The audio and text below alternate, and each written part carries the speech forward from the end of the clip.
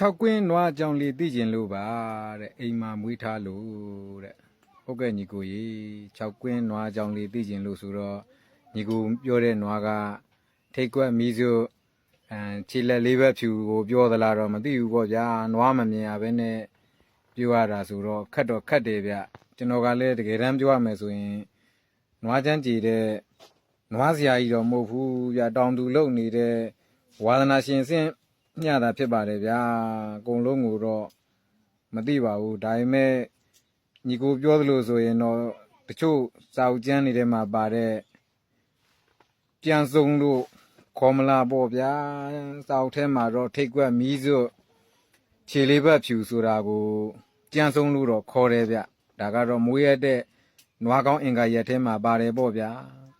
နွားမမြင်ရဘဲနဲ့ပြောရတာဆိုတော့ခက်တော့ခက်တယ်ဗျဘာပဲပြောပြော6ကွင်းနွားဆိုတော့မွေးရတဲ့နွားကောင်းအင်္ဂါရက်ထဲမှာပါမှာပါဗျာ